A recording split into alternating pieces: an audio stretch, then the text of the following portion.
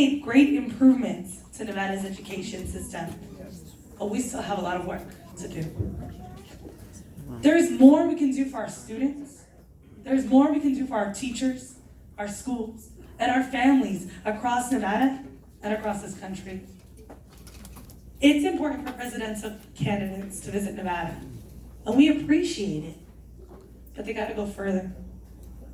They need to talk directly to Nevadans about the issues that we care about, and those issues that are keeping us up at 3 a.m.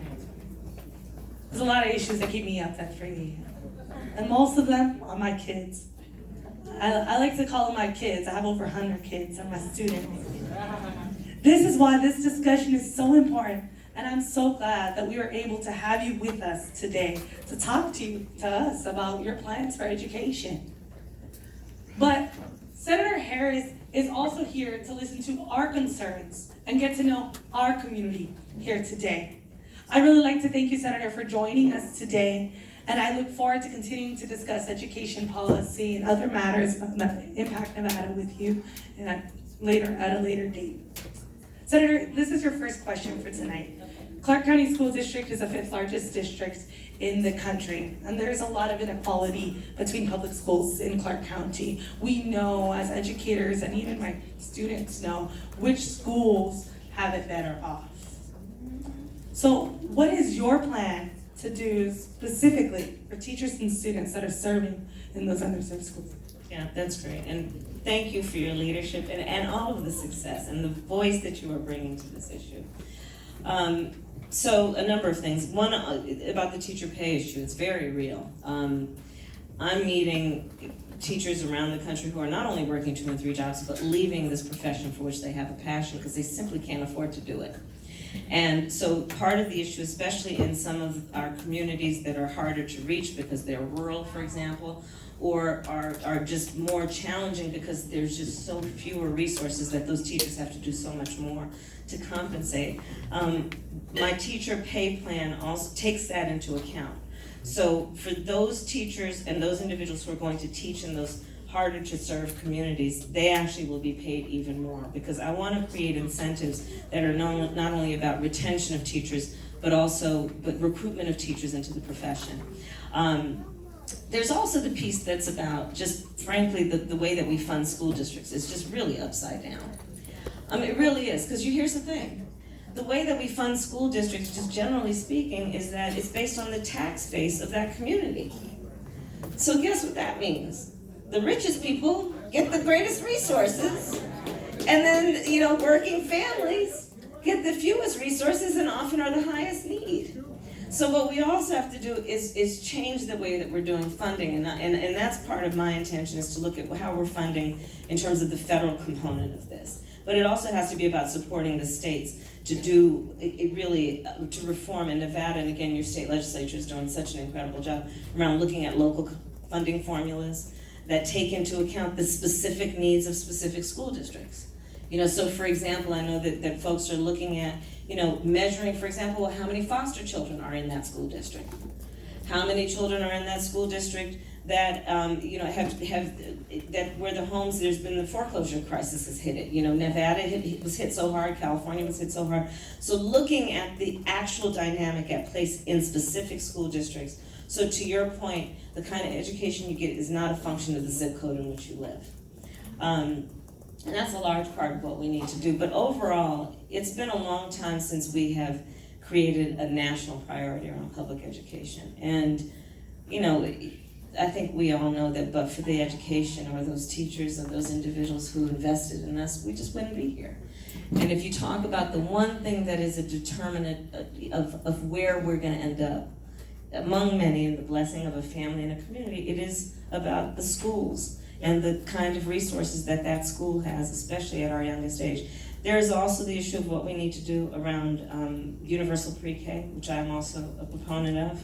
We also need to have affordable childcare, which is a big issue.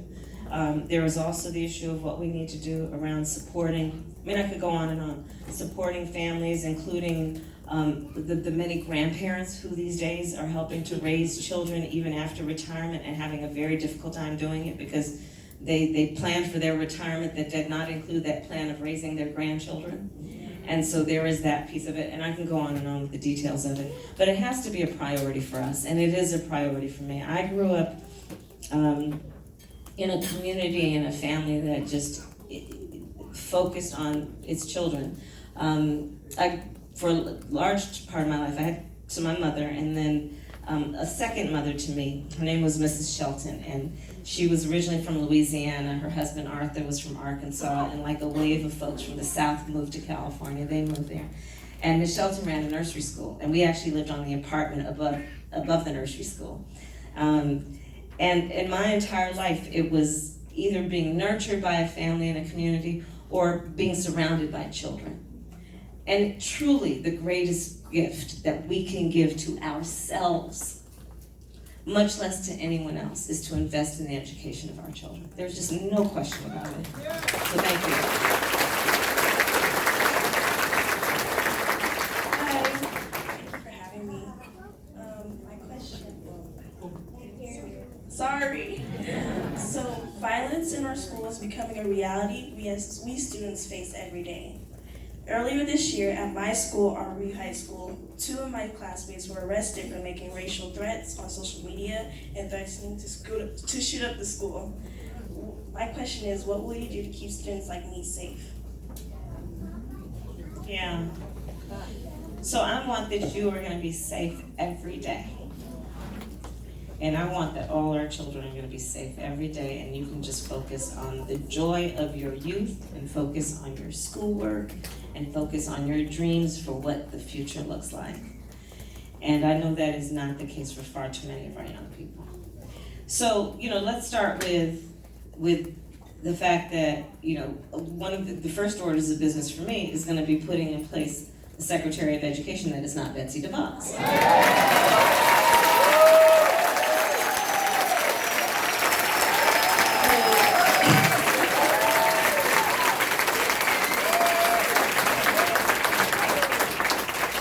Let's unpack that for a moment, if you'll indulge me. Aside from the whole grizzly bear piece, right? It's about on the issue of school safety, saying they're going to put guns in the hands of teachers. Our teachers don't want guns, they want raises. The idea that we are going to militarize our schools, it just fails to get the point. So there is that. There is about putting resources. One of my intentions is to also put a nurse in every school. Because here's the thing, there's so much. So for many of us, we had a nurse in our schools, right? How many in your elementary school had a nurse in your school? Look at this. Look at this. Who is under 20 here who had a nurse in their school? You see what I'm saying? Look, I think there was not even 5. It's like, yes, right? Wow.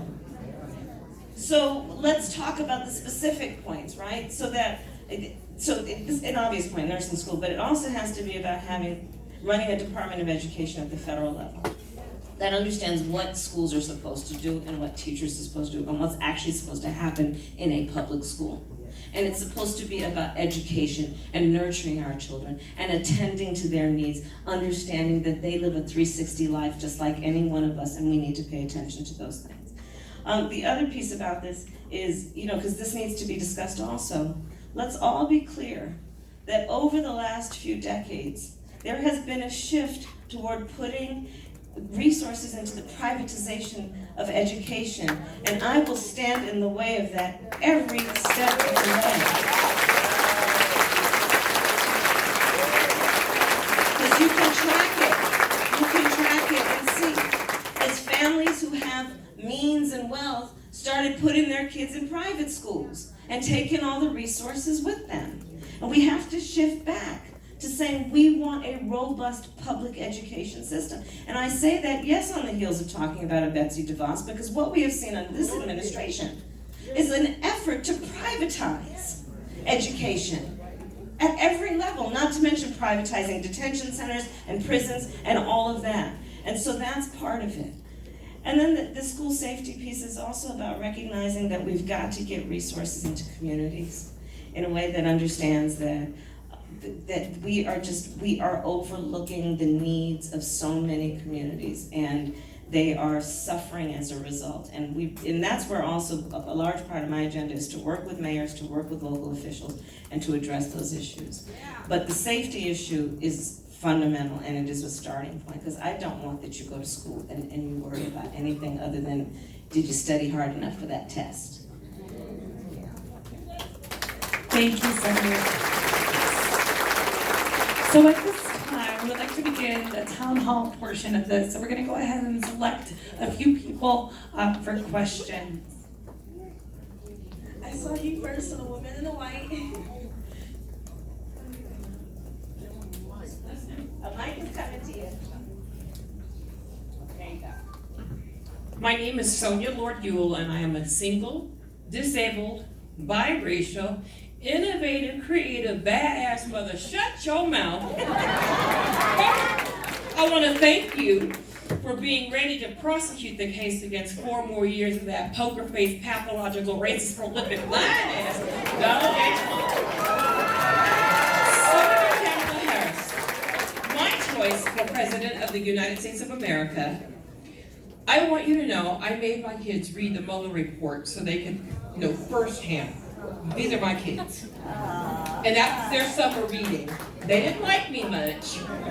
They will. But they're here because they want to be here. And they've been here since 1:30 in the sun. But my question for you, Madam President, what will you do to address the growing domestic terrorism in this country? It's domestic terrorism, and they won't call it what it is. Right, so you're right. And if you know, so as Attorney General of California, I used to publish the hate crime report every year.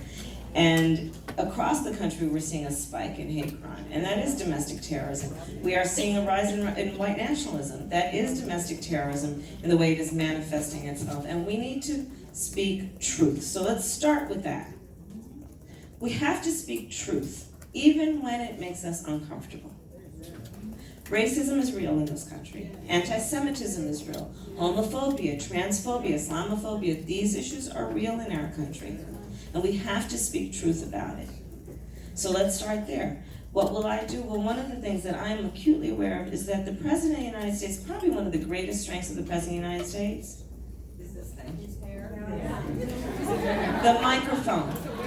The microphone that is held by the President of the United States is probably one of the most powerful tools in the world. Because it is here that the President has the power to form perception about issues and to create a standard. These are the things we will say, and these are the things we will aspire to be. And what we have seen in the current occupant of the White House is he has demeaned and belittled and defiled the office of the President of the United States. Truly. Because there has been a failure by this individual to understand that the true reflection of strength is not who you beat down, it's who you lift up. That's the true measure of strength.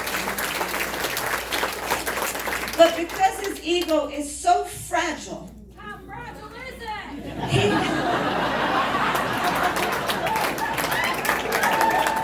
Ooh, it's Saturday night.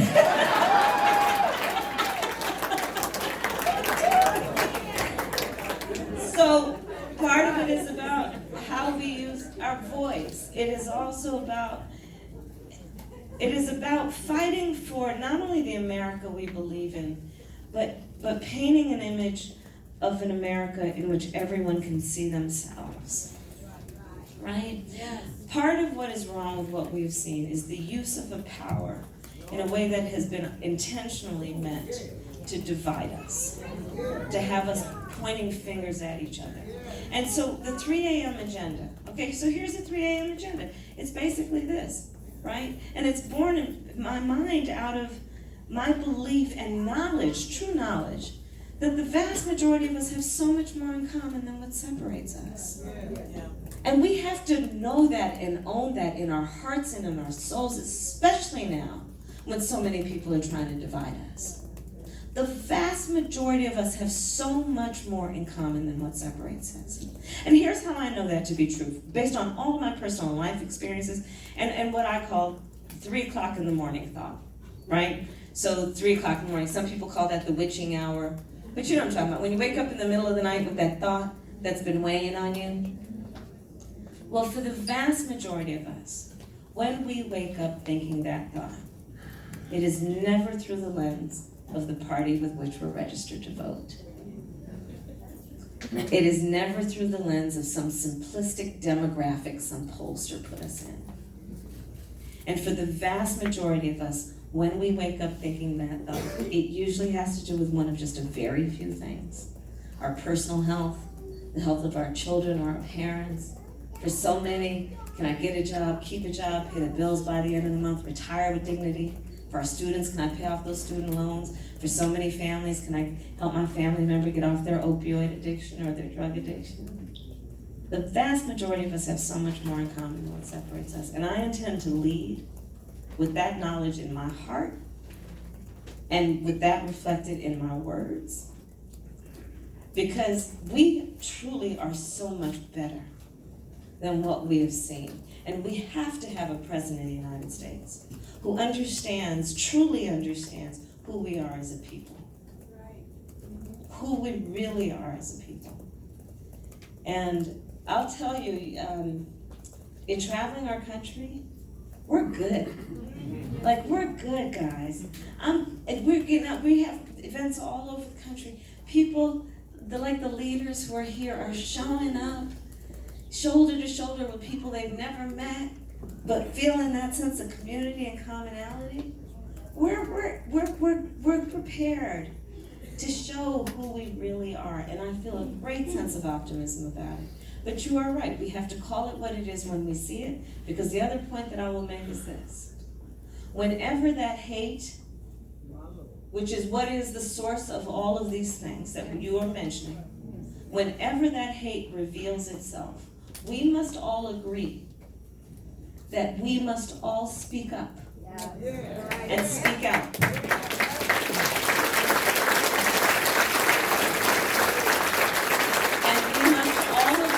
And we must all agree, whomever is the subject of that hate should never be made to fight alone. Let's agree to that.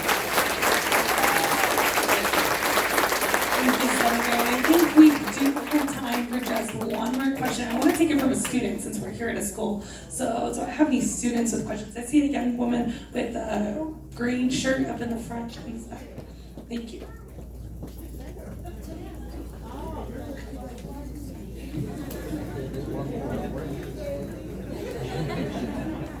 Oh, okay. Hi, my name is Brownie. I just graduated high school, and I'm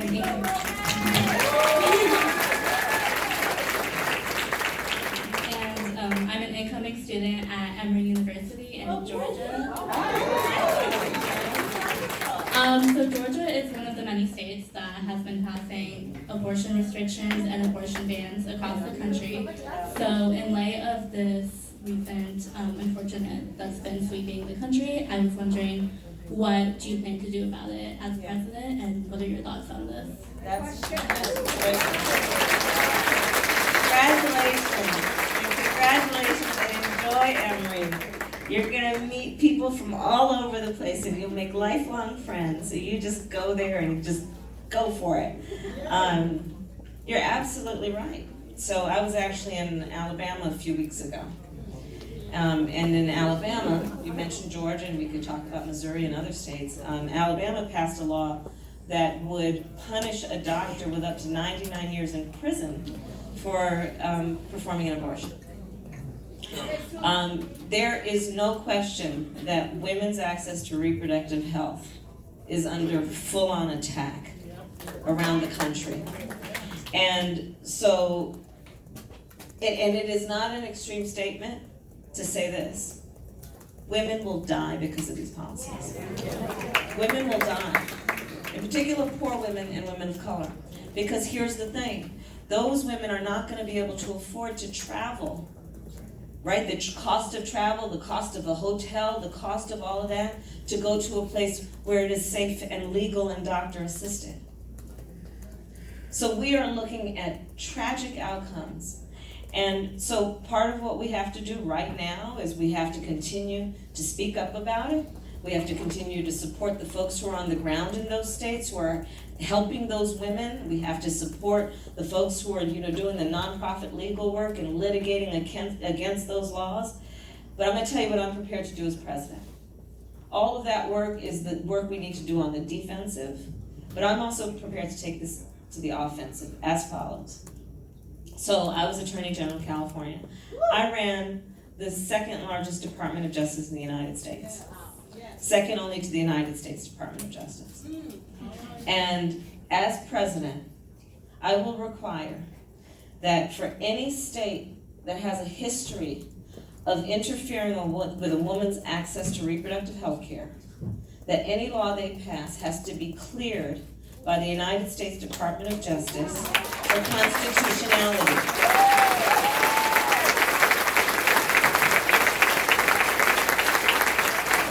And until that law is cleared, it's called pre-clearance. Until that law is cleared, meaning that it is in compliance with Roe v. Wade, it cannot go into effect. That's what I'm prepared to do. But I have to just say to you, see, this is why I feel optimistic. Because we're looking at our leaders and our future is bright. Our future is bright. So thank you for that. Thank you, Senator. And I just got the note that we have time for just one more question. I really would like to take another student question. Like I said, we are here. This is an education town hall. We want to keep it student-centered. So I see your hands in the back with a red plaid shirt. If we could have you ask a question. Thank you. The students are like, I never get to talk. What about affordable housing? Good afternoon, Senator Harris. My name is Andrew Sierra, and I am the former student body president for the College of Southern Nevada. Oh. Hi, Andrew. Or Mr. President. Yeah. Thank you, Madam President. In that role, I had to provide calm, steady, and pragmatic leadership regardless of the challenges that came my way or the challenges that I saw. Yeah. And many times you would see that students are often starving themselves to save money to be able to pay off for their loans or their textbooks. Or at times they'd be losing their homes or even sleeping in their cars while balancing parenthood. And my question to you is, what do you plan to do in order to tackle these challenges and to decrease the achievement gap between students of color and their counterparts? Yeah, this is a wonderful question.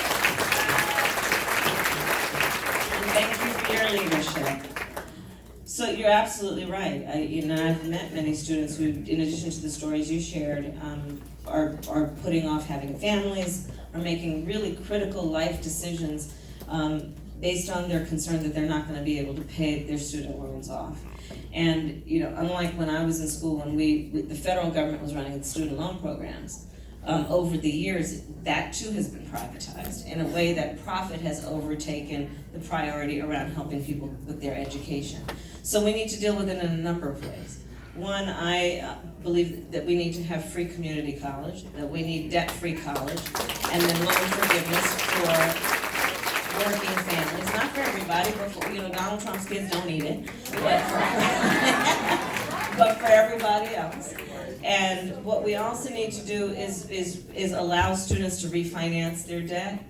And we also need to go after the predators in this space, because there are all of these for-profit organizations that are preying on students and selling them loans that they cannot afford, and then jacking up the interest rates to the point that our students will never be able to pay them off. And I think about this issue not only from the context of what you said, which it is just wrong that anyone who wants to pursue an education would be looking at that kind of devastation as a consequence of just trying to get an education. But the other piece of it is this, guys. Back to the earlier point about trade policy. Okay, so there's a lot of talk about China. And there's no question that we need to deal with that, right? We need to deal with the fact that they steal our intellectual property. We need to deal with the fact that they're dumping substandard products into our economy. But here's the other thing that we're not talking enough about. We need to compete. We need to compete.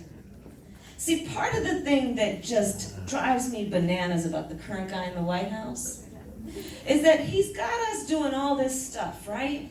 He's tweeting all the time, talking about that wall that will never get built. Like, doing all this, trying to have working people think that, oh, okay, focus on that. It must be those immigrants that are the problem. Instead of dealing with the fact that we need to invest in the American people, American workers, American jobs, American business, and compete. And so this is one of those issues. We have to invest in the people of our country so that we can compete. Because here's the thing. Even if November of 2016 had turned out differently, we would still be a nation and a world in flux. We would still be looking at the fact that we're seeing around the globe ascending and descending economies. We're looking at population shifts like we've never seen before, in large part because of the climate crisis, which we've not even begun to discuss here. We're looking at the fact that we're in the middle of an industrial and a digital revolution, right? Over the next 15 years, it's estimated that up to 40% of the jobs that currently exist will no longer exist. These are the realities. We need to be investing in the workers of America, in the students of America, so we can compete, because the issue before us, and this gets back to the earlier point, is so much bigger than that guy. It's about the fact that the issue before us truly is what will be our standing? What will be our strength? What will be our definition in this new era of the world? And that's how I think about this. And it is in that context that I think about you and the young people whose stories you share with us. We have to write the next chapter in a way that is about investing in the people of our country, not only because we need to be able to compete, but because it is just the right thing to do.